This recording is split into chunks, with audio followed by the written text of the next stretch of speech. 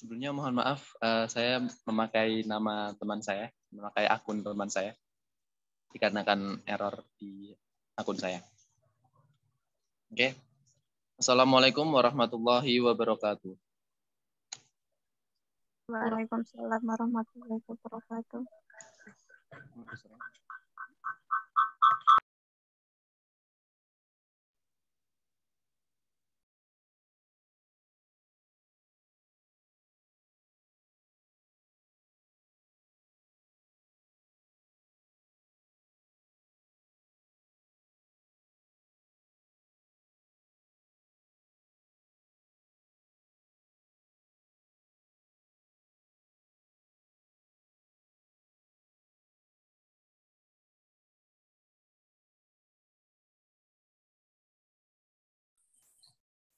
Assalamualaikum warahmatullahi wabarakatuh.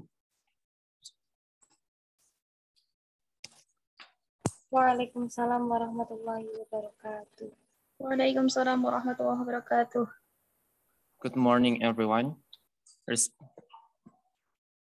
Respectable the chair, Mr. Hamam, SPD, MPD, PhD, the third Vice Dean of Teacher Training and Education Faculty, Mr. Miftahuddin, SPDA, MA, the Director of International Class Program, and Mrs. Marisa Van Lina, MPD, the Secretary of International Class Program.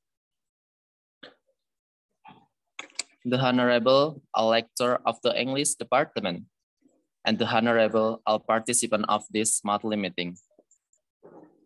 Ladies and gentlemen, before the presentation begins, let me inform how the presentation will be going on. First, opening. Second, read the Holy Quran. Third, Fajar Purwaningsi SPD will be invited to present the material. After that, there will be question and answer session and followed by conclusion and a closing.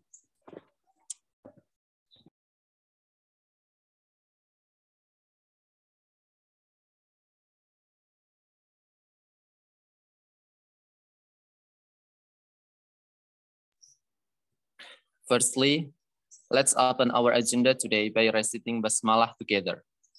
Bismillahirrahmanirrahim.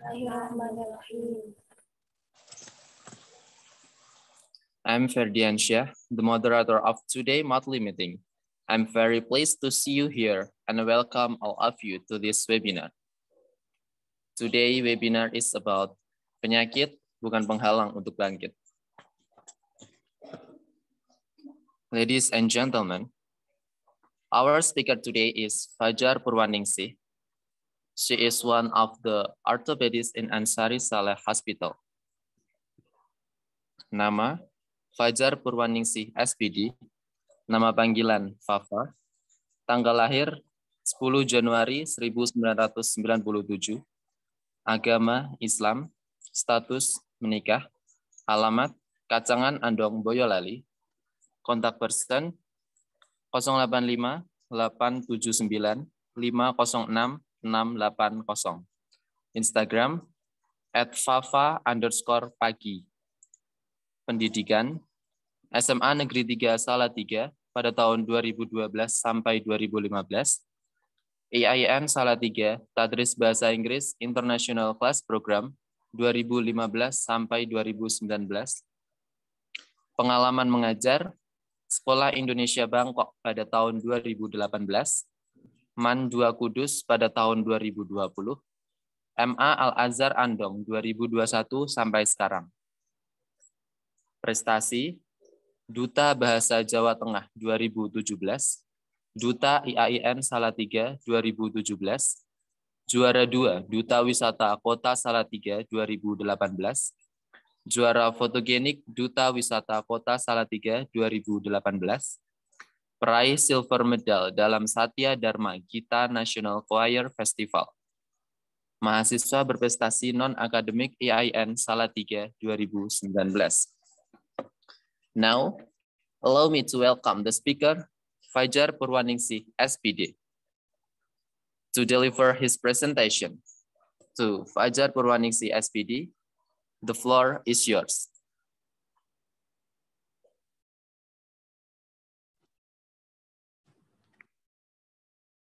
Halo, Assalamualaikum warahmatullahi wabarakatuh. Waalaikumsalam. Waalaikumsalam warahmatullahi wabarakatuh. Suara saya bisa masuk ya? Ya, Oke. Jadi sebelumnya, selamat pagi.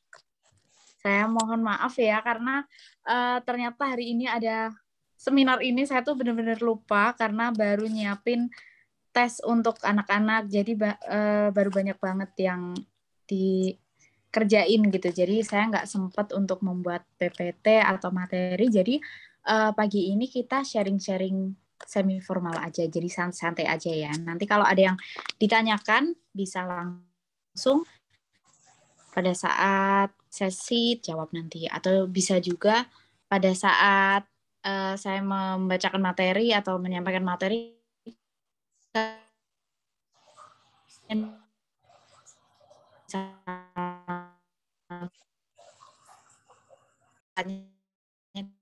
Di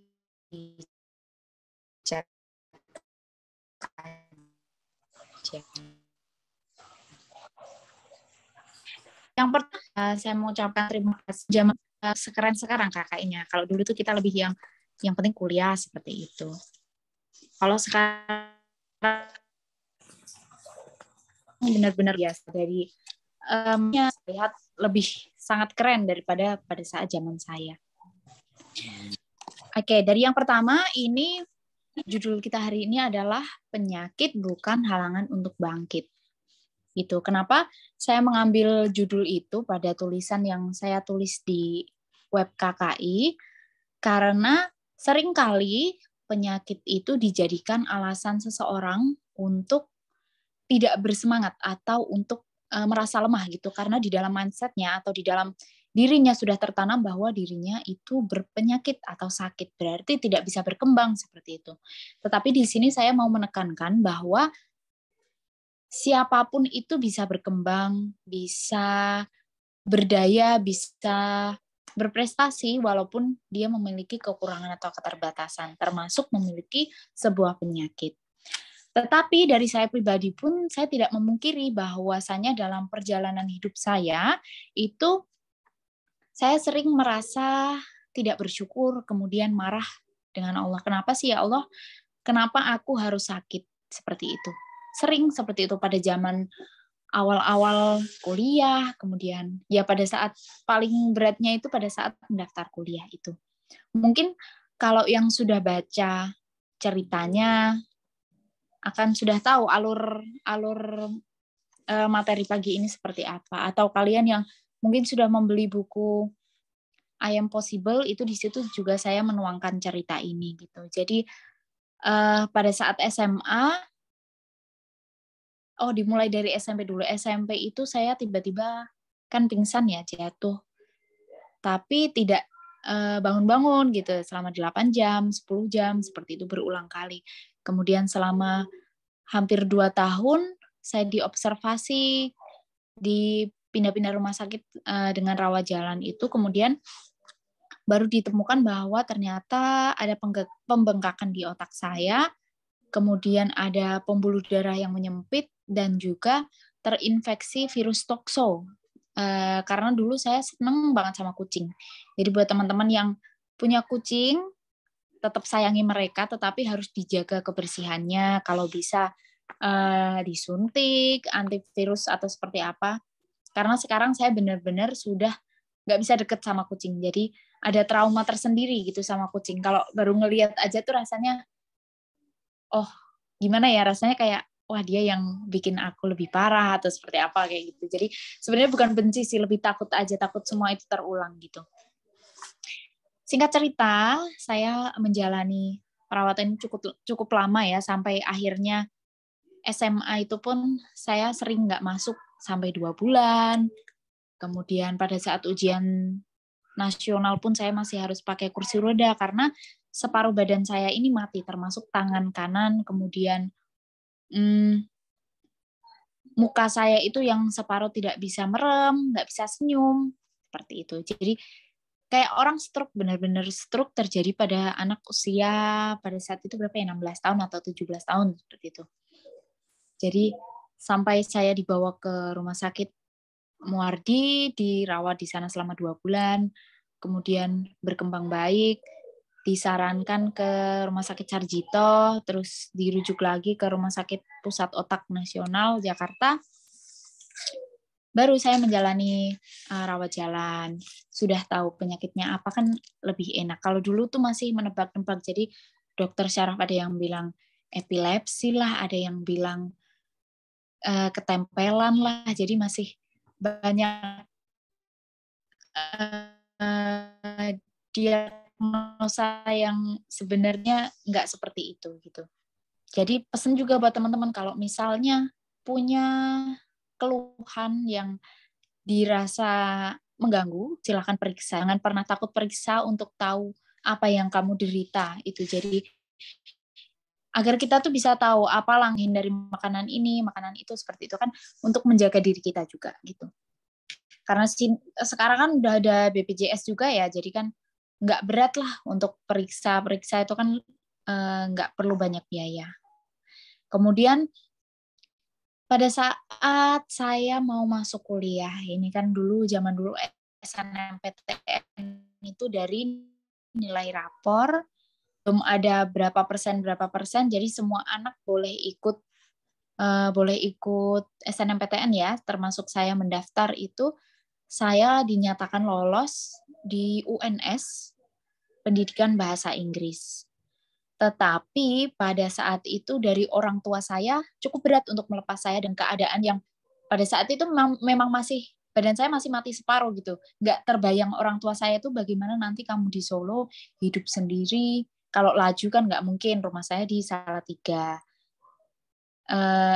Terus hidup sendiri nanti seperti apa, belum lagi kalau kambuh seperti apa, kayak gitu. Jadi dari orang tua saya tidak berkenan, belum mengizinkan saya untuk berangkat, ternyata dari UNS-nya sendiri saya tidak bisa lolos untuk cek kesehatannya, karena di data nasional kan sudah ada. Dengan NIK ini ternyata sakit ini, ternyata langsung tidak bisa. Jadi saya harus mengirimkan berkas-berkas dari rumah sakit yang menyatakan bahwa saya sakit ini, kemudian harus menjalani perawatan ini, tidak bisa melanjutkan ke UNS. Jadi SMA saya tuh nggak di blacklist sama UNS. Kalau saya nggak mengirimkan itu, otomatis SMA saya diblokir langsung. Nggak ada yang bisa masuk UNS pada saat itu.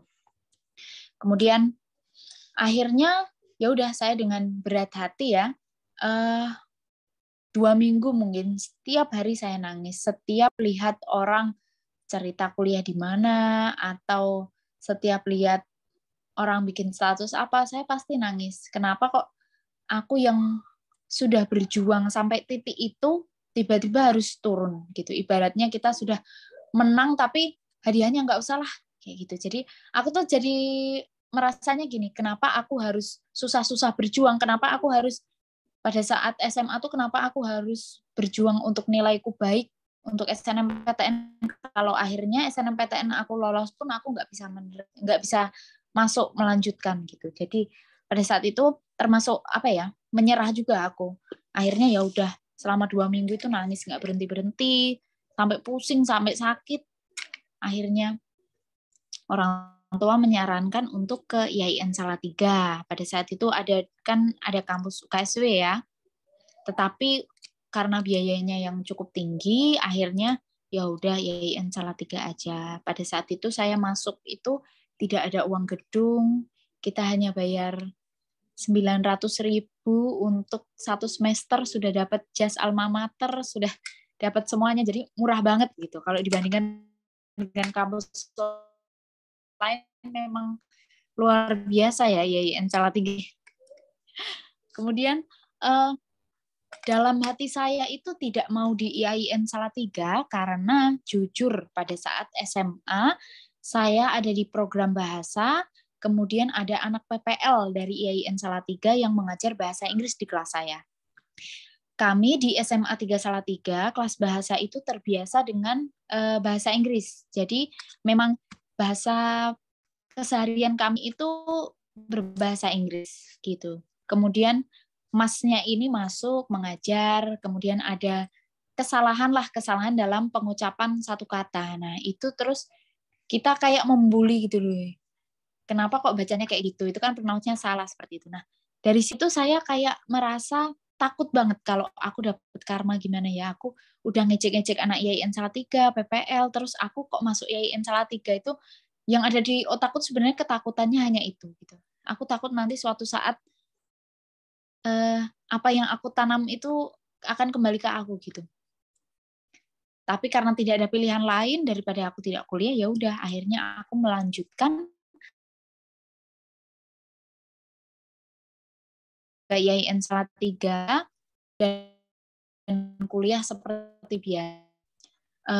Terus ada awalnya itu saya ikut seleksi cuman karena biar bisa bolos kuliah, itu aja awalnya. Karena saya nggak tahu, karena saya nggak ikut opak itu, nggak dibolehin ikut juga karena alasan kesehatan. Saya tidak ikut ospek atau PBAK ya. Saya langsung dapat sertifikat sebelum PBAK itu selesai, saya sudah dapat sertifikat. Jadi saya di rumah, kemudian nggak tahu info apa-apa, tiba-tiba dikasih tahu kalau ada seleksi kelas internasional. Yang dibayangkan saya adalah nanti kuliahnya sama orang-orang bule, gitu. Jadi ya udahlah, ikut aja. Yang penting bisa bolos pelajaran bahasa Arab. Waktu itu pelajarannya bahasa Arab. Akhirnya saya ikut seleksi, ternyata dinyatakan lolos. Nah, dinyatakan lolos, dikasih tahu sama teman-teman saya, Eva, kamu lolos loh, besok seleksi wawancara. Ternyata ada bahasa Arabnya juga. Dalam waktu 2 hari kayaknya saya belajar bahasa Arab itu sama teman-teman kelas saya yang mereka support aku luar biasa ya. Jadi mereka yang dari MAN, dari mana-mana, yang dari pondok gitu, bantuin aku. Nanti kalau ditanya ini, jawabnya ini, kayak gitu aku inget-inget terus. Soalnya takut banget kalau misal wawancara bahasa Arab kan, kalau kayak pilihan ganda kan masih bisa dinalar ya. Kalau tanya jawab secara langsung itu kan ada deg-degan sendirinya gitu. Kemudian akhirnya wawancara saya itu ada satu pertanyaan seperti apa, tapi pada akhirnya saya jawabnya pakai bahasa Indonesia gitu, Pak. Maaf, saya sebenarnya paham pertanyaan Bapak itu tentang ini, tapi saya nggak tahu bahasa Arabnya, Pak. Jadi saya jawab pakai bahasa Indonesia gitu. Kemudian baca kitab kuning, alhamdulillahnya lolos.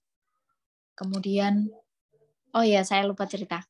Pada saat tes tertulis itu, ada seseorang di samping saya itu bilang, kalau misalnya dia nggak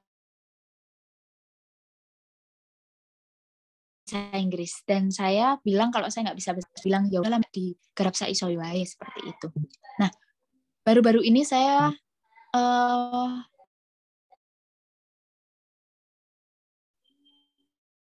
baru tahu ternyata orang itu adalah suami saya gitu. Jadi jodoh saya itu ditemukan di KKI juga. Ternyata pas itu baru pas saling cerita tuh baru ngeh ternyata loh.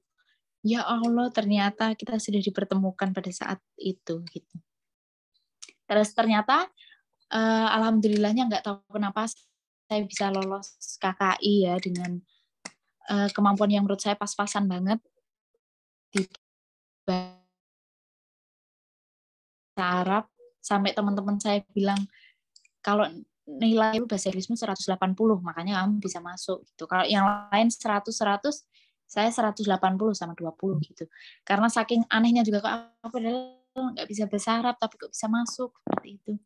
Ya udah, akhirnya aku menjalani kuliah dengan ya sebisanya lah gitu, sambil belajar sampai les bahasa Arab, sampai beli buku, terus ke rumah sakit harus rawat jalan gitu. Jadi kemudian saya ada di Ma'had, pada saat itu belum ada Wisma ya, jadi kita di Ma'had IAIN Salatiga di dekat kampus 2. Kuliah malam itu kita sampai jam 10 dan pada saat itu hujan deras. Pernah pada saat pulang ke Ma'had itu nggak sengaja terpeleset, jatuh, dan kepala saya kebentur. Ternyata itu berakibat fatal juga. Saya langsung sadar diri sambil mimisan, akhirnya ya udah kembali lagi sakit. Hampir dosen IAIN Salatiga itu baik banget, dan nilai saya juga tetap keluar gitu walaupun nggak sebaik teman-teman yang masuk gitu. Terus saya dengan seseorang yang bertemu pada saat tes tertulis itu, dia kan juga masuk KKI ya. Kita berawalnya ber-20 yang akhirnya habis sampai 16. Itu saya membuat kayak geng gitu, satu geng berisi saya, suami saya kan namanya Sultan Fani, sama Rida Ningtyas. Kemudian kita bertiga ini bikin geng namanya Tiga Darah. Tiga Darah ini kemana-mana bareng. Padahal ada cowoknya, tapi nggak apa-apa. Kita namanya tetap Tiga Darah. Terus ternyata di antara kita bertiga ini ada cinta segitiga gitu ceritanya. Akhirnya geng kami ini berakhir, dan pada saat itu ya udah saya sama Sultan ini apa ya namanya ya, simbiosis mutualisme lah gitu, jangan pacaran ya bilangnya ya, simbiosis mutualisme. Kita belajar kelompok, saya ngajarin dia bahasa Inggris, saya minta dia ajarin bahasa Arab kayak gitu. Tapi takdir berkata bahwa Rida Ningtyas ini, teman saya yang satu ini, meninggal pada saat kecelakaan tahun 2000 berapa ya, 2012 kalau nggak salah. 2017 kalau nggak salah. Nah itu pada saat puasa. Nanti minta Al-Fatihahnya ya. Terus, jadi menurut saya gimana ya, support system saya dalam menghadapi penyakit ini, ya teman-teman saya ini gitu, teman-teman kuliah, termasuk geng saya ini, mereka yang selalu ada buat saya, yang nganterin ke rumah sakit, kemudian yang selalu membantu saya ketika otak saya ngeblank itu, saya nggak bisa cerita, nggak bisa ngomong, itu susah gitu pada saat kambuh ya. Jadi kayak misalnya saya mau cerita ada sapi kepleset gitu, itu kan lucu banget ya. Tetapi kalau saya yang cerita pada saat saya kambuh itu jadinya cerita sedih, karena saya harus berpikir dulu apa yang mau saya ceritakan. Misalnya kayak gini, mosok toh kemarin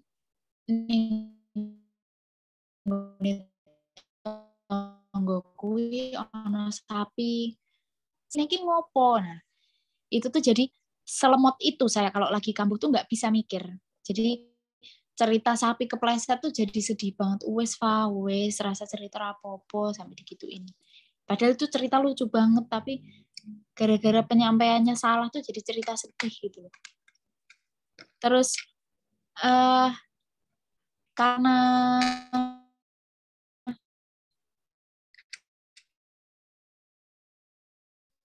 lemotnya saya itu, terus teman-teman tuh kayak bahan lelucon, bahan ini, nah itu juga yang bikin bahagia, karena menurut saya obat yang paling mujarab itu memang bahagia, dan juga dari lingkungan sekitar kita. Kemudian masuk ke kegiatan yang saya ikuti ya. Saya sebelumnya mengikuti kegiatan SMC IAIN Salatiga, UKM musik ya. Itu sebelum saya di IAIN Salatiga, saya sudah sering mengisi acaranya SMC. Jadi ikut disuruh ngisi paduan suara, atau jadi kayak bintang tamunya lah, ala-alanya gitu ya, dari SMA 3, SMA 1, dulu ada delegasinya gitu. Terus akhirnya saya masuk di situ sama Sultan Fani juga. Jadi kita kemana-mana tuh kayak, kenapa sih selalu ada kamu gitu. Jadi memang support sistem terbaik tuh memang dari sahabat sendiri ya, sahabat yang ternyata jadi cinta, jadi suami malahan. Terus ada kisruhnya itu gara-gara apa ya, aku juga lupa kenapa. Pokoknya kita tuh marahan sampai akhirnya bermusuhan. Aku sama si Mas Sultan ini bermusuhan gitu. Nah, di dalam musuhan ini aku cuman pengen buktiin. Kalau dari zaman dulu ya, aku punya pacar terus putus, dalam hatiku tuh aku menanamkan bahwa kalau aku udah putus, aku harus bikin dia nyesel. Udah gitu doang. Akhirnya sama Mas Sultan ini juga gitu. Oh, kamu musuhin aku. Oh, ini sampai aku jadi terkenal apa piye-piye. Nah, gitu aku pada hari itu searching beasiswa ke Turki, beasiswa ada apa ya, kuliah pendek yang di luar negeri kayak gitu-gitu semua tak daftarin, nggak ada yang masuk. Terus akhirnya saya ikut duta bahasa itu. Duta bahasa itu iseng-iseng juga karena pengen bikin dia nyesel aja gitu. Terus akhirnya saya ikut, lolos administrasi. Tak kirain duta bahasa itu adalah duta untuk bahasa Inggris, ternyata bahasa Indonesia. PR lagi. Jadinya pada saat datang ke sana itu langsung ujiannya adalah uji kemahiran berbahasa Indonesia. Itu kayak soal bahasa Indonesia zaman SD, tapi itu harus benar semua gitu, harus teliti banget karena pilihannya hampir-hampir sama gitu. Terus lanjut di wawancara ini kan satu-satu ya. Nah, di situ baru mulai terasa apa ya? Kayak ngerasa ya direndahkan ya iya sama teman-teman yang lain, maksudnya dari peserta lain gitu. Dari kampus mana gitu. IAIN Salatiga. Hah? Kampus apa itu? Tempat kayak pelatihan-pelatihan gitu ya, sampai ada yang seperti itu. Jadi seenggak taunya mereka tentang IAIN Salatiga. Jadi dikiranya kayak LPK atau kayak kuliah yang secara online aja gitu, nggak ada kampusnya. Mereka nggak tahu IAIN Salatiga pada saat itu. Terus kebetulan saya kenalannya sama anak UI, jurusannya bahasa Belanda. Di situ udah mulai gemeter, kok sainganku kayak gini semua ya. Gitu. Sedangkan aku masuk KKIW bejo-bejonan. Masuk aku dengan PD-nya aku ikut duta bahasa dengan kemampuanku yang sangat pas-pasan ini gitu.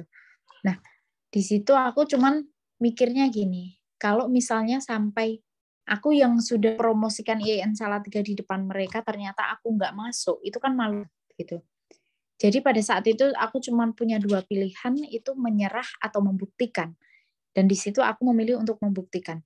Sebisa mungkin aku menjawab tes wawancara itu dengan apa ya, kayak orang pinter gitu loh, sok-sokannya tuh kayak orang pinter. Jadi kalian kalau misalnya ikut ajang-ajang lomba kayak gitu, ayolah kita walaupun dengan kemampuan seadanya, bungkuslah dengan yang rapi, yang menarik gitu. Jadi misalnya kayak ditanya tuh, walaupun belum mudeng pertanyaannya ya, kita ulang aja pertanyaannya dengan jawaban panjang. Kalau zaman SD kan ada ya, jawablah dengan jawaban panjang.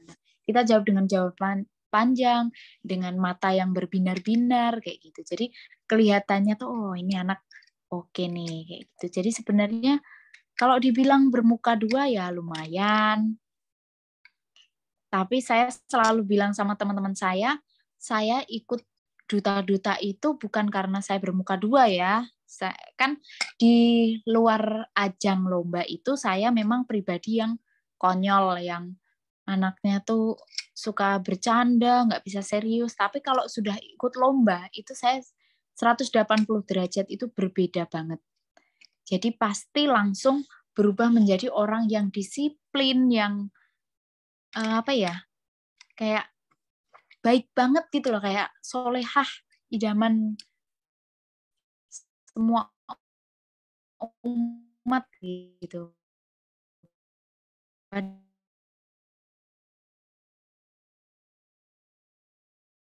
Sebenarnya enggak itu. Nah, itulah kenapa banyak yang bilang pribadi menjadi diri saya sendiri pun mau bercanda-bercanda di itu nanti kan nilainya jelek ya. Jadi harus bisa menempatkan diri gitulah istilahnya. Kemudian duta bahasa itu akhirnya saya bisa masuk ke grand final. Masuk ke grand final itu perjuangan yang menurut saya berat banget juga sih, karena saya harus ada unjuk bakat itu, belajar benar-benar, saya belajar nyinden dalang itu, belajar dari nol karena saya nggak punya basic dalang ya, jadi demi bisa menarik itu saya harus belajar dalang dulu. Jadi di situ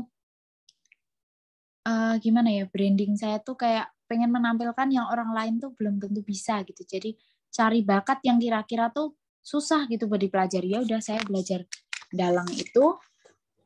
Kemudian alhamdulillahnya bisa masuk grand final, kemudian presentasi. Terus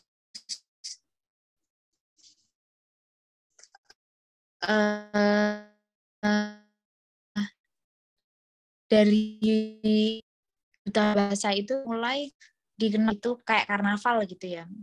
Saya selalu diikutkan memakai selempang duta bahasa, belakang saya duta IAIN saya. Terus acara PBAK suruh ngisi acara seperti ini, jadi kayak memberi motivasi, terus memberi apa ya, kayak testimoni lah kuliah di IAIN Salatiga, di KKI itu bisa ikut duta bahasa dengan bahasa yang kita pelajari tentunya di KKI ya. Kemudian budaya-budayanya kan juga kita dapat banyak banget. Nah, itu ternyata berguna sekali. Nah, karena sering ketemu sama Duta IAIN Salatiga ini, Duta IAIN Salatiga kebetulan pada saat itu Mbak Virga dan juga Mas Sabar Prihatin. Mas Sabar Prihatin kan juga KKI. Nah, itu saya baru di ojo-ojoi, diajak, loh kamu kok ikut duta bahasa udah ranahnya Jawa Tengah, tapi kenapa kok Duta IAIN Salatiga malah nggak ikut? Gitu. Karena saya kayak gimana, kayak gengsi, takut kalau nanti aku ikut yang tingkat kampus kalah, itu tuh rasanya kayak waduh masuk kalah gitu. Nah, itu yang bikin saya takut.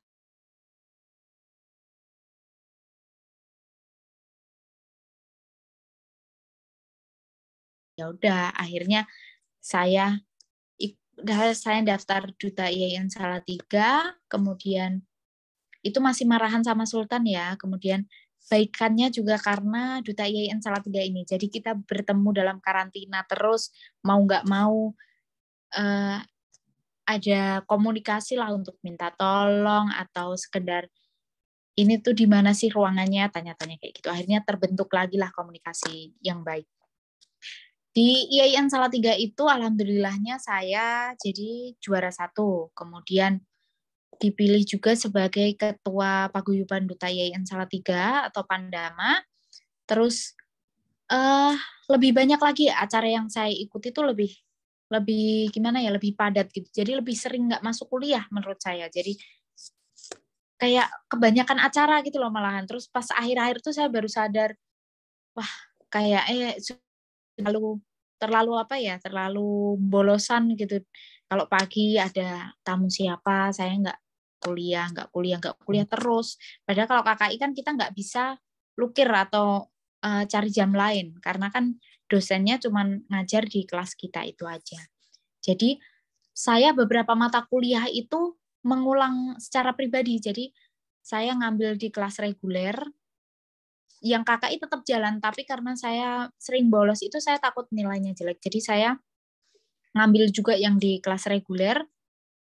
Kalau nilainya lebih baik, yang KKI ini saya ikhlaskan, kemudian diganti dengan yang reguler. Kalau reguler kan lebih fleksibel ya, kita bisa milih hari, ikut kelas yang A, ikut kelas yang B, seperti itu. Jadi saya benar-benar takut banget kalau misalnya lulusnya terlambat gitu. Kalau misal nggak kebayang kalau misal harus 14 semester, 10 semester, aduh.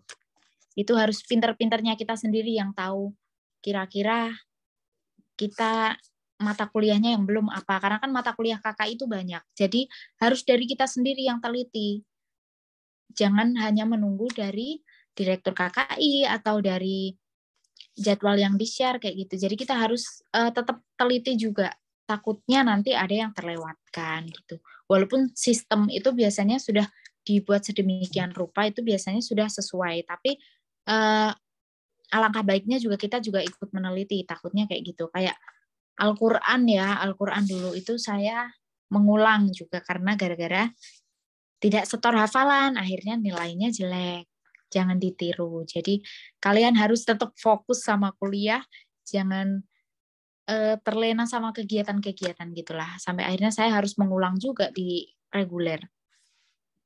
Terus setelah di Duta IAIN Salatiga itu cukup lelah, saya ganti ikut yang Duta Wisata. Karena Duta Wisata tuh menurut saya nggak banyak kegiatan, nggak sering, tapi sekali kegiatan tuh jauh-jauh gitu.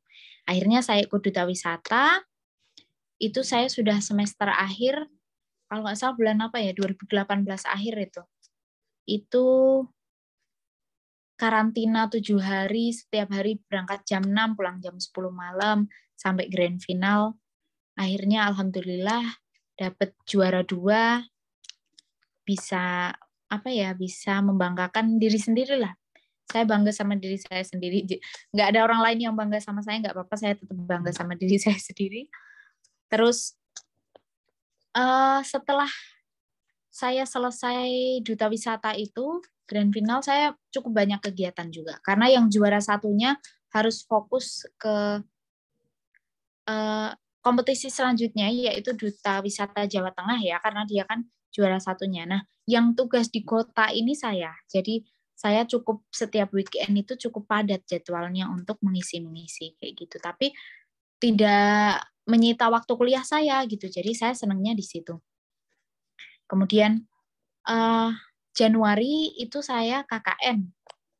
KKN ini saya sudah masuk skripsi ya. Itu Januari itu judul saya sudah di ACC oleh dosen pembimbing saya, Bapak Ruandi.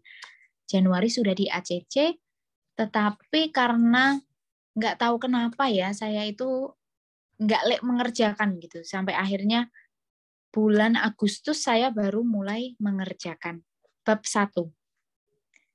Melihat teman-teman saya yang semuanya sudah sampai bab 3, sampai bab 4. Nah, itu saya punya tekad, bisa nggak ya ngerjain skripsi itu 1 bulan gitu. 1 bulan selesai. Ya nggak mungkin banget lah liannya sampai bersemester-semester nggak selesai. Gitu. Lah masalahnya yang bersemester tuh apa? Oh, ternyata mereka tidak ada bahan yang dibimbingkan. Jadi mereka nggak ketemu dosen pembimbing gitu. Saya akhirnya kayak men-challenge diri saya sendiri, menantang diri saya sendiri. Bisa nggak 1 bulan selesai? Gitu. Ternyata itu butuh strategi gitu. Jadi saya mengumpulkan buku dulu, materi dulu, kemudian saya mengambil judul yang sesuai dengan apa yang saya kuasai. Misalnya pada saat itu saya mengambil judulnya itu tentang apakah seseorang yang menyukai lagu bahasa Inggris itu pasti pandai berbahasa Inggris. Nah, karena saya suka menyanyi, jadi saya ngerjainnya enjoy gitu. Terus saya penelitian itu di SMK PGRI 1 Salatiga. Setiap hari saya mentarget diri saya sendiri harus ada yang diketik. Entah itu mau bimbingan atau enggak, tapi saya harus ngetik. Entah itu salah atau benar, harus ada bahan untuk bimbingan besok gitu. Jadi akhirnya setiap hari itu saya ngetik, cari buku sampai ke UKSW, saya sampai ke Perpustakaan Jawa Tengah cari bukunya, sampai ke IAIN Solo juga cari-cari buku biar cepet aja lah gitu, sambil jalan-jalan ke Semarang, ke Solo, biar nggak pusing-pusing amat. Terus akhirnya sampai Agustus itu saya bisa ketemu Bapak Ruandi itu, saya lupa berapa kali harus ketemu ya, kayaknya 8, minimal bimbingan itu 8 kali, dan saya baru 6 kali. Sudah mau masuk September, artinya kan sudah mau 1 bulan saya skripsi ini. Itu udah mau selesai skripsi saya. Terus Pak Ruandi ini ada ngisi seminar di Wujil apa mana gitu. Terus akhirnya saya bilang ke bapak saya untuk minta dianterin ke Ungaran itu. Saya nunggu Pak Ruandi sampai keluar, kemudian saya minta waktu beliau untuk bimbingan sebentar, minta tanda tangan gitu. Ternyata sama Bapak Ruandi ini yang selalu saya doakan dalam sholat saya, yang selalu saya sholawati, alhamdulillahnya bimbingan ke-6 itu saya sudah dapat ACC. ACC dengan syarat revisi. Tapi beliau ini alhamdulillah sekali, revisi itu saya dikasih buku dari beliau dan sudah dituliskan revisian yang benar itu seperti apa kayak gitu. Jadi beliau sendiri malah yang menuliskan, kamu nulis ini aja, revisimu ngikut tulisan saya seperti itu.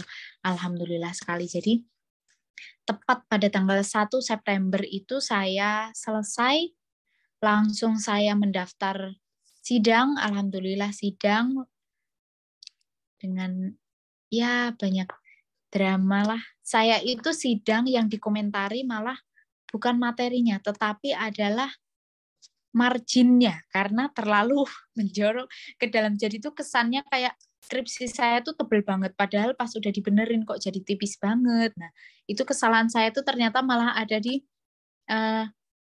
jarak kanan kirinya itu. Ternyata saya salah baca itunya, jadi langsung dicoret-coret itu. Gitu. Jadi teman-teman nanti kalau misalnya skripsi mau sebelum bimbingan ya, nanti kan ada apa ya, ada penentuan siapa dosen pembimbing kamu. Nah, itu yang harus kalian panjatkan dalam doa. Semoga dapat pembimbing yang sejalan sama kalian, kemudian dapat pembimbing yang baik hati, yang mudah lah gitu. Dan kalian sendiri pun juga harus rajin, nggak boleh kalah sama diri sendiri, karena musuh terbesar kita sebenarnya di kita sendiri. Jangan sampai karena lah nggak apa-apa lah, masih lama nanti kalau kayak gitu terus jadinya mundur. Kayak saya Januari sudah di ACC, mungkin kalau saya pada saat itu nggak kalah, nggak males ya, mungkin saya bisa wisuda sebelum itu. Tapi ternyata ya kalah itu tadi, saya masih santai-santai aja, masih pengen main-main mumpung kuliahnya cuma skripsi aja, masih jadi mahasiswa, belum ada beban untuk kerja kan, jadi masih pengennya foya-foya. Ternyata kalau kita sendiri menanamkan di diri kita sendiri untuk rajin, untuk selalu ada bahan yang diketik, jadi apa ya, kalau mahasiswa tuh memang harus punya hobi untuk membuat karya ya, kayak nulis kayak gitu tuh harus ditanamkan dulu. Jadi kalian harus sering-sering baca dan juga nulis. Jadi nanti kalau pas skripsi itu nggak susah.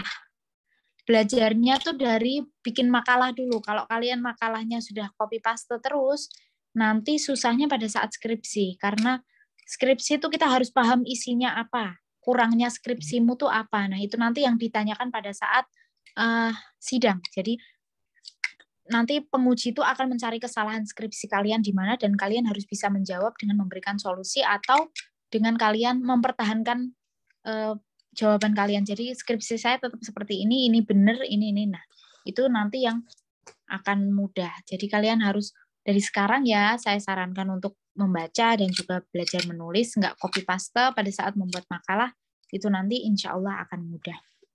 Gitu. Kemudian lulus, alhamdulillah, lulus dan ditunjuk sebagai mahasiswa berprestasi non-akademik, walaupun non-akademik nggak apa-apa. Terus saya ditunjuk lagi untuk sebagai perwakilan wisudawan untuk pidato 3 bahasa, dan saya masih ditunjuk sebagai solo vokal yang nyanyi dari tempat duduk saya berdiri nyanyi ke depan bawa ibu saya jadi pada saat itu ikut maju ke depan untuk nyanyi bersama saya gitu. Dan ibu saya nggak tahu kalau pada saat wisuda itu saya ditunjuk sebagai orang yang berpidato dan juga menyanyikan lagu kasih ibu itu untuk semua ibu-ibu yang ada di situ. Jadi hal-hal kecil kadang kita bisa ciptakan sendiri ya, nggak harus hal-hal besar, tapi hal-hal kecil tuh pasti di keluarga, kalau itu baik, pasti keluargamu bangga gitu. Kayak cuman nyanyi aja, tapi nyanyinya di wisuda itu, ibu saya nangis berkali-kali kalau ingat, kok bisa kami yang ditunjuk, gini. Nah, itu yang menurut saya itu hal sepele ya, cuman nyanyi aja, tapi ternyata ibu saya sebegitu bangganya dengan saya. Walaupun setelah kejadian itu banyak banget yang iri, maksudnya, lah mesti nyedai ini nggak apa-apa, nggak usah takut sama haters, karena haters itu mau kamu berbuat baik itu tetap akan jelek di mata mereka.